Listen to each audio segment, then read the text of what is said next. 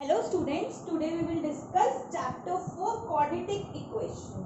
As I told you, standard form of quadratic equation is ax square plus bx plus c equals to 0. For example, 4x square plus 2x minus 3 is a quadratic equation. ये quadratic equation क्यों है? क्योंकि इसकी highest degree कितनी है?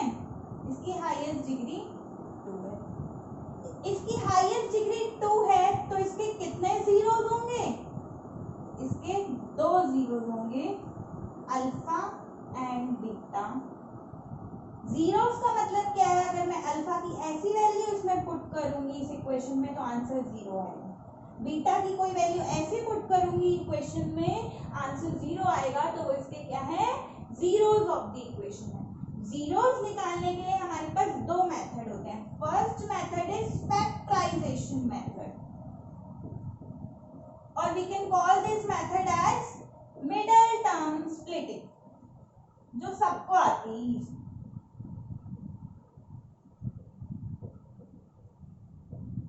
Next method is quadratic formula. हम दोनों method से इसके जीरोस निकालेंगे।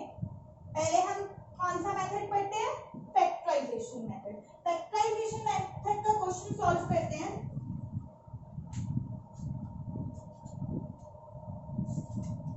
First question is x square minus 3x minus 10। मुझे इस क्वाड्रेटिक इक्वेशन के रूट्स निकालने हैं और कह सकते हो जीरोस निकालने हैं बाय फैक्टराइजेशन मेथड। ठीक है, करते हैं फैक्टराइजेशन मेथड से इसको सॉल्व। क्या है मिडिल टर्म स्प्लिटिंग? लास्ट वाली टर्म को पहली वाली टर्म से मल्टीप्लाई करते हैं। कर लिया, 10 क्रॉस 1 बना। अब फर्स्ट वाली टर्म एज इट इज लिखो, लास्ट वाली टर्म एज इट इज लिखो। मिडिल वाली टर्म को ऐसे स्प्लिट करो कि प्लस माइनस करके मिडिल वाली टर्म आ जाए और मल्टीप्लाई करें तो लास्ट वाली टर्म आ जाए। देखो, minus 5x plus 2x, plus minus करूंगी तो माइनस का 3x आएगा और मल्टीप्लाई करूंगी तो माइनस का 10x। कॉमन लेना स्टार्ट किया, x कॉमन आ गया यहाँ से तो मेरे पास बचा x माइनस 5। यहाँ से प्लस का 2 कॉमन आया तो मेरे पास बचा x minus 5। x minus 5 x plus 2। Either this is 0 और दिस इज 0। तो इसके जो रूट्स आए, मतलब इसके जो जीरोस आए वो क्या है? 5 और माइनस 2। जब मैं इस इक्वेशन में x की जगह 5 पुट करूंगी तो भी 0 आएगा आंसर, और अगर इक्वेशन में x की जगह माइनस 2 पुट करूंगी तो भी 0 आएगा। Pause the video to note it down.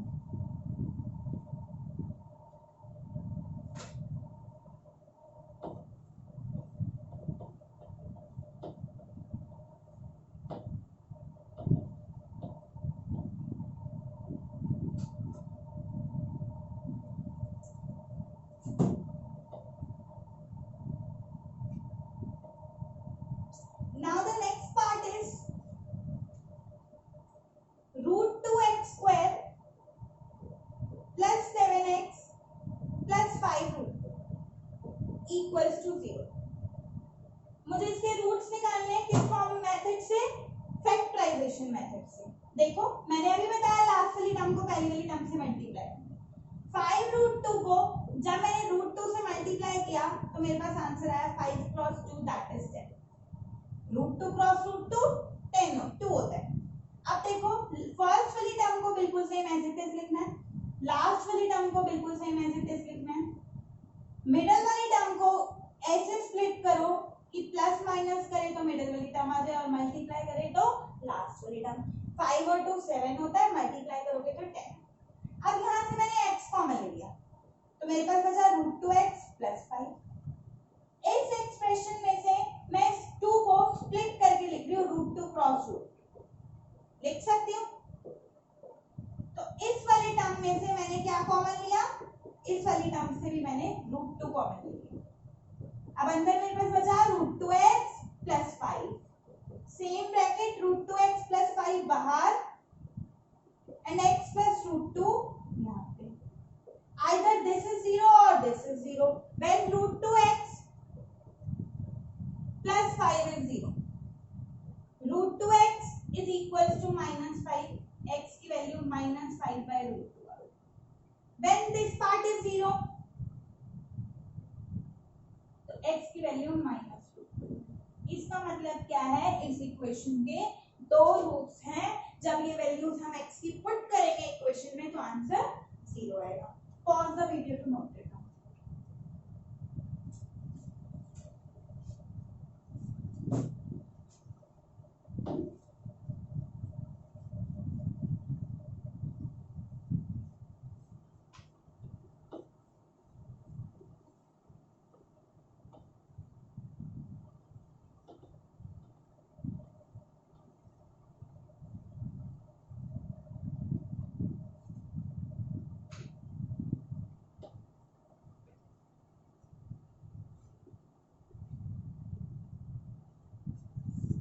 Now the next question is 2x square minus x plus 1 by 8 equals to 0.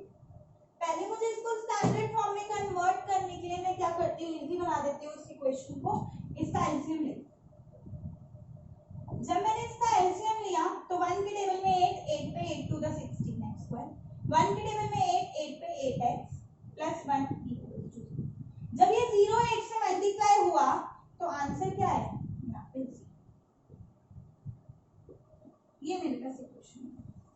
अब इसकी मिडिल टर्म स्प्लिटिंग करना बहुत इजी है. कैसे करेंगे इसकी मिडिल टर्म स्प्लिटिंग? फर्स्ट वाली term as it is, last वाली term as it is, -4x minus 4x. देखो -4 8 होता है और 4 4 द 16 होता है. कॉमन लेना स्टार्ट किया मैंने, यहाँ से 4x आया तो यहाँ बचा 4x माइनस 1. यहाँ से मैंने -1 कॉमन ले लिया. -1 क्यों कॉमन लिया, क्योंकि यहाँ साइन अपोजिट आउट ब्रैकेट से. तो 4x माइनस 1, 4x माइनस 1 और 4x माइनस 1 दो रूट्स बनते. आगे कैसे आएंगे, आइदर दिस पार्ट इज 0 और दिस पार्ट इज 0. जब मैं दोनों को 0 के इक्वेट करूंगी इक्वल, तो यहाँ से देखो कैसे रूट्स आ रहे हैं, 2 रियल इक्वल रूट्स आ रहे हैं. अभी हम चेक करेंगे कैसे पता चलता है 2 रियल इक्वल रूट्स कब होते हैं. x की वैल्यू 1/4 और x की वैल्यू 1/4 जब मैं पुट करूंगी इस इक्वेशन में तो आंसर 0 आएगा. Pause the video to note it.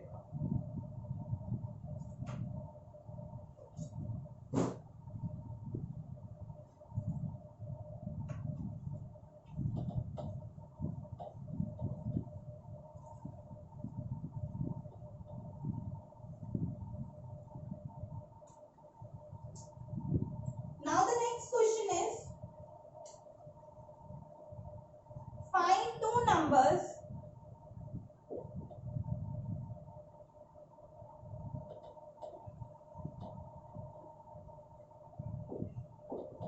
find two numbers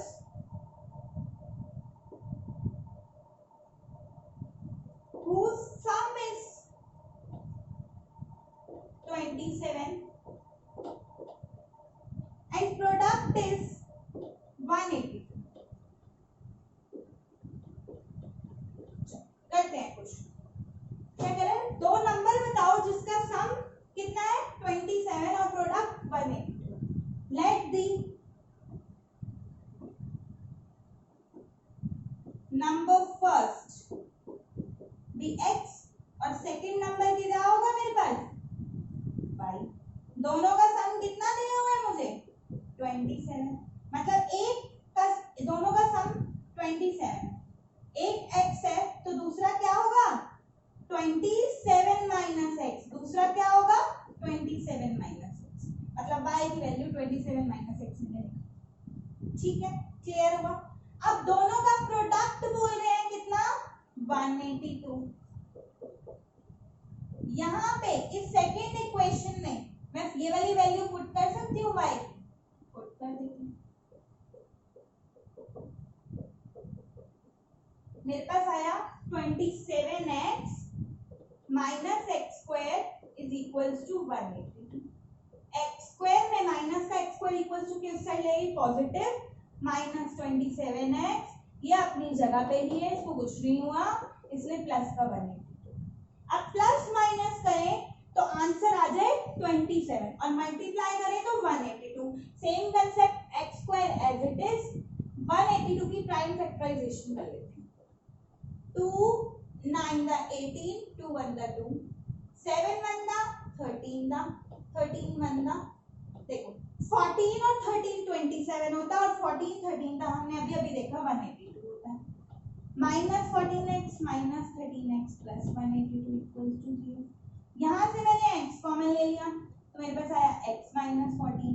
यहाँ से मैंने -13 कॉमन लिया तो x - 14 either x - 14 = 0 और x - 13 = 0। तो x = 14 आ गया बच्चे और x = 13 आ गया। जब पहला नंबर 14 है तो दूसरा नंबर कितना है 13। जब पहला नंबर 13 है तो दूसरा नंबर कितना है 14। तो क्या पेयर हुए 13, 14। Pause the video to note it down. Now come to the next concept, that is roots of the equation by quadratic formula.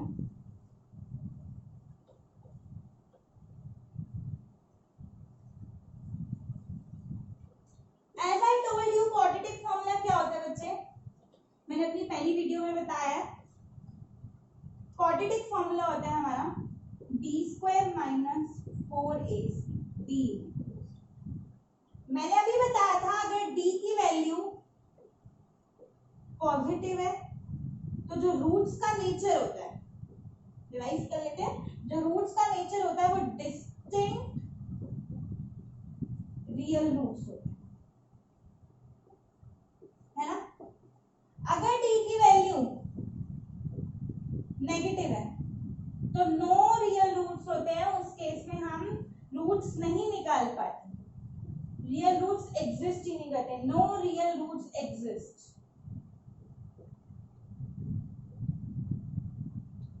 यहां पे अगर d की वैल्यू 0 आ जाती है तो 2 इक्वल रियल रूट्स होते हैं, है ना।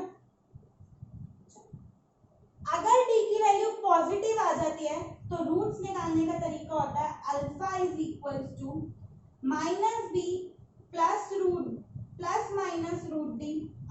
√d/2a। इस केस में तो रूट्स निकलते ही नहीं है अल्फा और बीटा निकालने के, और इस केस में भी अल्फा और बीटा निकालने के, दो रूट्स निकालने के क्या फॉर्मूला होता है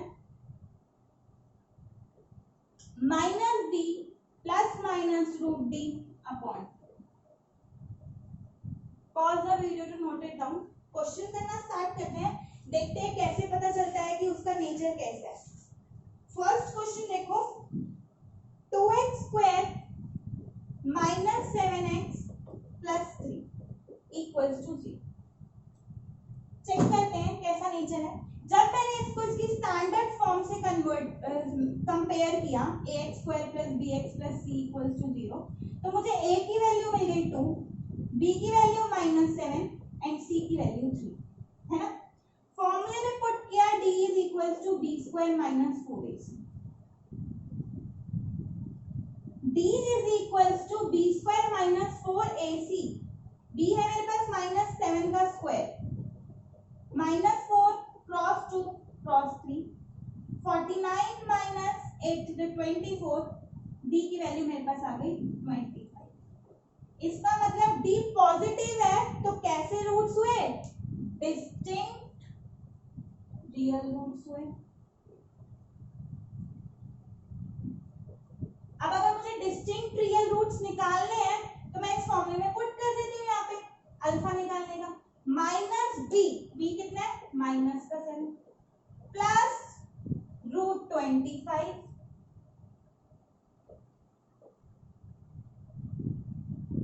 upon 2 cross a is what? A is 2. √25 5 होता है, +7 + 5 upon 2, 12 upon 2 that is 6। Beta निकालने का वही सेम फॉर्मूला है, या प्लस की जगह माइनस आ जाएगा। +7 -5 अपॉन 4, 2/4। तो जो इसके रूट्स आए वो कितने आए? 6 और 1/2, 6 और 1/2। क्लियर हुआ? ठीक है, अब हम नेक्स्ट पार्ट देखते हैं। Pause the video to note it.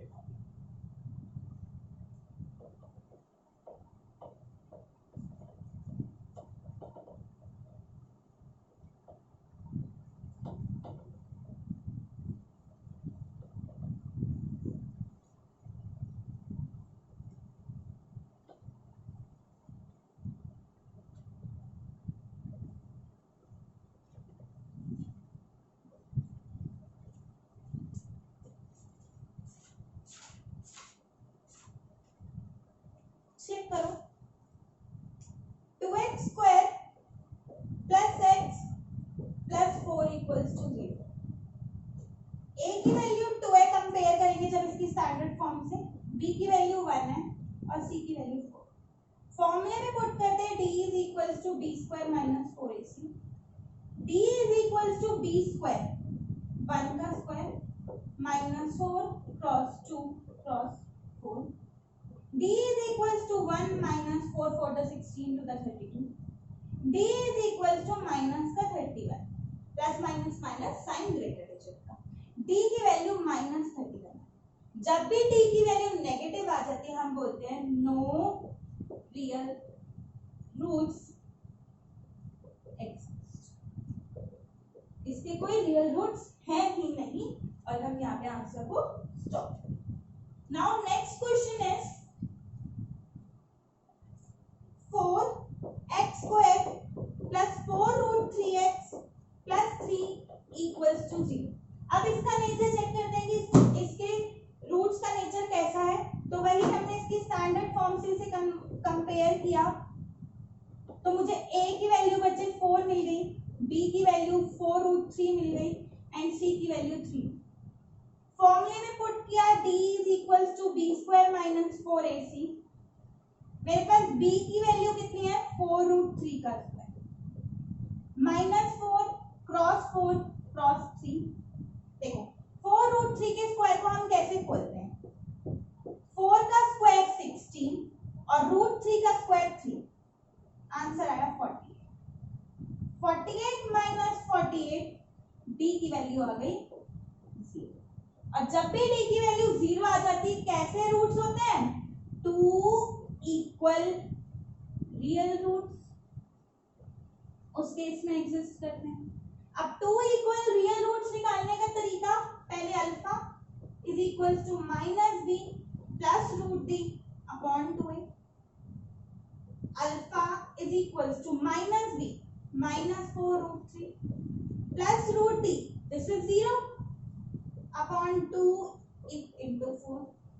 4 से 4 कैंसिल हो गया, अल्फा की वैल्यू आ गई -√3 अपॉन 2। सिमिलरली बीटा की वैल्यू भी आई -b -√d upon 2a, -b कितना है? -4√3 -0 अपॉन 2 क्रॉस 4, 4 से 4 कट गया, बीटा भी कितना आ गया मेरे पास? -√3 अपॉन 2, है ना। तो इसके जो रूट्स देखो कैसा नेचर है, दोनों ही इक्वल है, अल्फा भी यही है और बीटा भी। जब भी d की वैल्यू 0 होती है इक्वल रूट्स आते हैं, जब भी d की वैल्यू पॉजिटिव होती है कैसे रूट्स होते हैं? Distinct roots. d की value negative, no real roots. d की value 0, 2 equal real roots. Pause the video to note it.